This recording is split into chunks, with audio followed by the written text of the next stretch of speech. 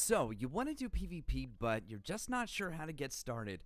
Well, even though I've adopted this semi-sarcastic tone and the video might not start out how you wanted to start out, just bear with me here for a second, because I'm going to show you everything you need to do to get started on your PvP adventures. So first off, it's good to note that having an organized bank is probably the best way to constantly get back in the fight after you continually fucking lose. You gotta have an organized bank. If you don't have an organized bank, it doesn't sit right with the gods. And they will in turn not give you kills. So say your shit's broken like I have right here, my void completely in shambles. So you can go ahead to this armor stand and repair anything that isn't tradable. So any non-tradable items you have, you can just go ahead and repair right on up to normal. Yep, okay, I'm dead. So that's crazy, right? I completely lost everything, right? Wasn't protecting a single thing. But now I can go into my bank and take my meager cash stack, walk on over here to these armor stands that are placed conveniently at each death location to repair everything that I need. Now, what happens if I lose something, you might be asking yourself? Well, you can go to just about anywhere, not Kramja because that would be really stupid of you. Drop your amulet right on the ground. Go here. You ignore everybody that's talking to you in your private chat, and you go talk to Peru over here. Okay, Peru's got everything that you might have lost in the past 24 hours to your drug binge and staking fringe. But say you don't have money, right? So how do I make money to go Pking? Well, that's another guide. Look it up. So obviously gear setup is pretty important, as well as inventory setup. But now you might be asking yourself, James, why do you have only 500 Karamwan, but you have so many other varieties of food? I have a staking addiction. Simple setups, right? You don't have to copy my setup entirely.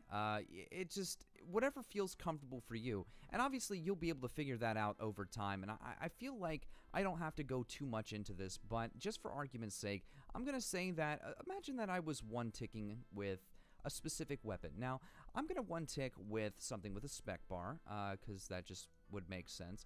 But let's say that this particular object that I'm using has the same attack speed. So the difference is the rune knives have a different attack speed, as the magic shortbow has an attack speed of 6 and this has an attack speed of 7. So that's about the same speed as a whip right there, okay?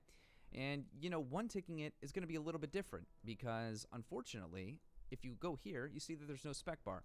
So it takes a second for the, you know, the spec bar to appear. And let's say I was, you know, attacking somebody with these rune knives, and then I went like this, and boom, dark bow right there. Now, my latency's fucked. Absolutely fucked. I want to say it's probably around 170, which is why I don't stream PvP anymore. But if you're, I guess latency is a lot lower than mine. Like Frames, his latency is around 20, and he lives on the other side of the country. I assume if you're on the East Coast of the United States or live directly in Narnia where the fucking servers are hosted, you should be able to get a decent ping. Now, the difference between one ticking with knives and one ticking with the ever so lovely magic shortbow is that the spec bar is already there. So you kind of get half the work done for you. What is this? Why do people take two different types of food? The reason why is because, now, in essence, you are trying to out-eat the damage that is being dealt to you. You need to be able to deal a suitable amount of damage without denying yourself crucial game ticks. Now, what I mean by that is that every second that passes on RuneScape is like a metronome for yourself. You can look at how long things take and what you can and can't combo with, and obviously look at other videos and YouTubers who do certain combinations of items and see how that works for them. So this can't be done in one tick, right? You can't eat two pieces of this same food in one tick. You can't do it with other varieties either. So I wouldn't be able to take a shark and a tuna potato and eat it at the same time. However, what I can do is I can eat the Karambwam and the tuna potato in one tick. Now, I can also, if I'm ever feeling in a bind, now this right here, tuna potato and Karambwan, they both heal separately, right? So that's 20 and 8 or 22 and 18, which, you know, obviously is 40. But Saradomin Brew, right? Lucky Saradomin Brew got that little overhealing, right? So now what I could do theoretically, say I'm at 60 HP, right? I know I'm going to get AGS to 73. What I can do is I can do that and quickly eat What seems to be about 66 HP or 56 HP. I'm pretty sure this is this 12 or what? I don't know how much that heals, but you get the point. If you have to do something on a dime, you can do it with the Karambon and Saradomin Brew mixed with any other combination of food. So now let's just get into it. Let's get into the actual aspect of PvP. How do you find a target? How do you find somebody suitable, right, to fight? You just start right-clicking people, and if you're on OS Buddy, you can start looking them up. Just find somebody who's got fucking no stats. This guy right here, the Joker. Yeah, fuck that guy up because, you know, he stepped out into the wilderness, okay? He shouldn't be out here, right? Alright, he's obviously not a formidable foe. He left before the fight even started. That's how you can tell people are bitches, okay? Call those people out. Call them out. Make sure you say, hey, don't be such a bitch. Here's a guy right here. He's level 77. Here's level 53. Just start frivolously attacking anybody that you see. Type random numbers and keys as much as you can. Just hit enter. Just hit enter. Nobody's going to suspect a thing. Now, one of the things that we have to find out is when the fuck can we get a kill? Alright, so I've decided to attack this stupid dumpy retard because obviously that's the mentality you have to have. If you aren't thinking dumpy retard when you log into any PvP world, you're not going to be successful. Now, I'm going to go ahead and debolt spec this guy for a fucking 90, but apparently that's not going to work. So we're going to go right into that one tick. Remember that one tick thing we talked about earlier? We see how we just like so seamlessly transitioned into, wow, all of those things. See, now he almost died there. It's probably because you get smited for the debo. That's probably the only thing that you really have to think about is getting smited for your debo.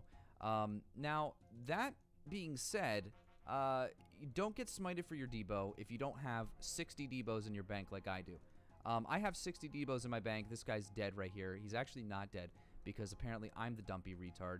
Oh yeah, make sure you gotta always remember to protect your prayers, you know, when you're finished, because if you don't, then they get smited and then die. Wow. Well, so we got a kill. Don't know how that happened, but it did. And when things like that happen, right? When things like that happen and you get a kill, you're gonna get dumpy retards like that over there trying to kill you. But don't worry, you won't die because they never fucking hit anything and they always like to fucking rush for no reason. Eventually they do get a kill and they will get your debo, and when they do get your debo, that's like the best thing that's ever happened to them. Like, there's never been a time in their life that has been more triumphant than the time that they took your debo after hitting you for maybe like a 48, 47, and then one tick those dragon throwing axes into you. So that is going to be very gratifying for them, not so gratifying for you, but it'll make their day, and that's really all that matters at the end of the day, you know? That's really all that really matters. So now comes the time of sorting out what you do and don't want to keep. So you can go into this little price checking thing. Okay, everybody's got one. Everybody's got a price checking thing. Now, we don't use sharks because what are we, poor? Yeah, we are poor. We find that, look, it seems that I have PK'd myself a hefty 115k. Now, where's all that money coming from? Clearly not from this black H-Helm 3 or this Zirshin robe top. But what we can deduce is that most of the stuff is worth keeping, if not all of it. So that's where the organization comes into play. Okay, you can obviously keep it all in the same tab, or you can separate it into another tab. This is my PVM loot tab, where most of my PVM related stuff goes.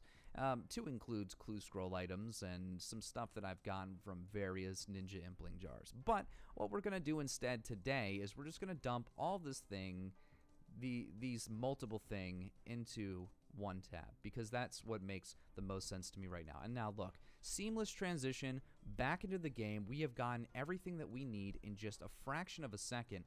Okay, now we get to just drop that ring. Okay, that ring is gone. Nobody gets that ring now except for the fucking vultures. We're skulled. Okay, we've marked ourselves with blood. Okay, there's blood on everybody's hands right now, mine especially. Okay, now people know, right? With this little PK skull, that signifies that I've gotten my hands down and dirty. I've stuck my hands deep in the ball sack of life, okay, and I pulled hard. Now, if you don't know how to PK at this point, you're probably not going to get to the part where you go ahead and bank your items and do all that kind of stuff. Now, the thought may have crossed your mind, what do I do if I lose a valuable item? What happens when Your prayer drops from 52, 70 to 0. How does this affect me as a person? Well, let's do a little dry run here, and we'll show you what happens when you lose a valuable item. Now, we're going to go ahead and bank the Necklace of Anguish because we don't want to make anybody's day too bright. But we're going to go ahead and take this dark bow, and we'll throw in this archer's ring, because why not? How much is the archer's ring?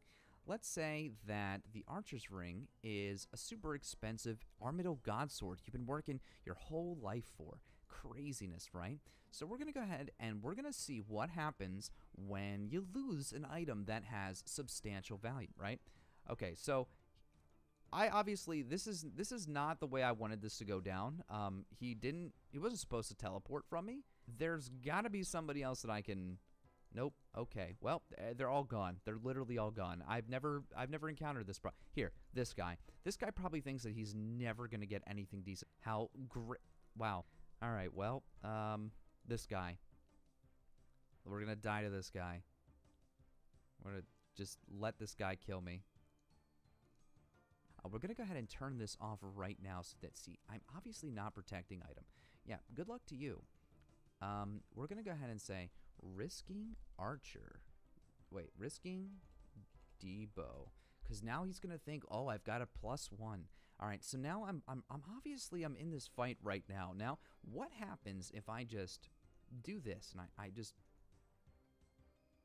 Now, what happens if I just let him knife me to death? Oh, and I'm dead. Wow, craziness. Now, I wasn't protecting item, and oh dear, I have died, and I've lost my item. Now, what you do from here is very crucial. So, you've got your broken stuff. Remember that. Now, you take out your cash stack, right? And you drop it on the floor. And then you bank all of your shit and log the fuck out.